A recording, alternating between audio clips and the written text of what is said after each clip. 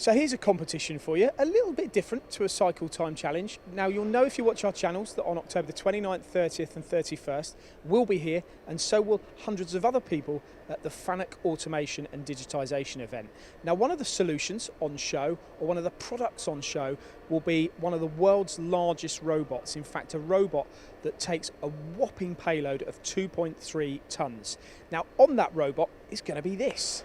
Now the competition today, what we want to know from you is how much you think these two engine blocks weigh.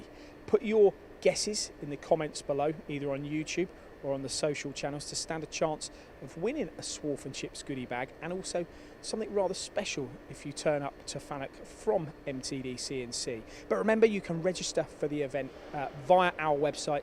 You need to get yourself here on the 29th, 30th and 31st to see all the latest in automation and digitisation solutions. It's here in Coventry on Anstey Park. But before you do that, put a guess below. What do you think?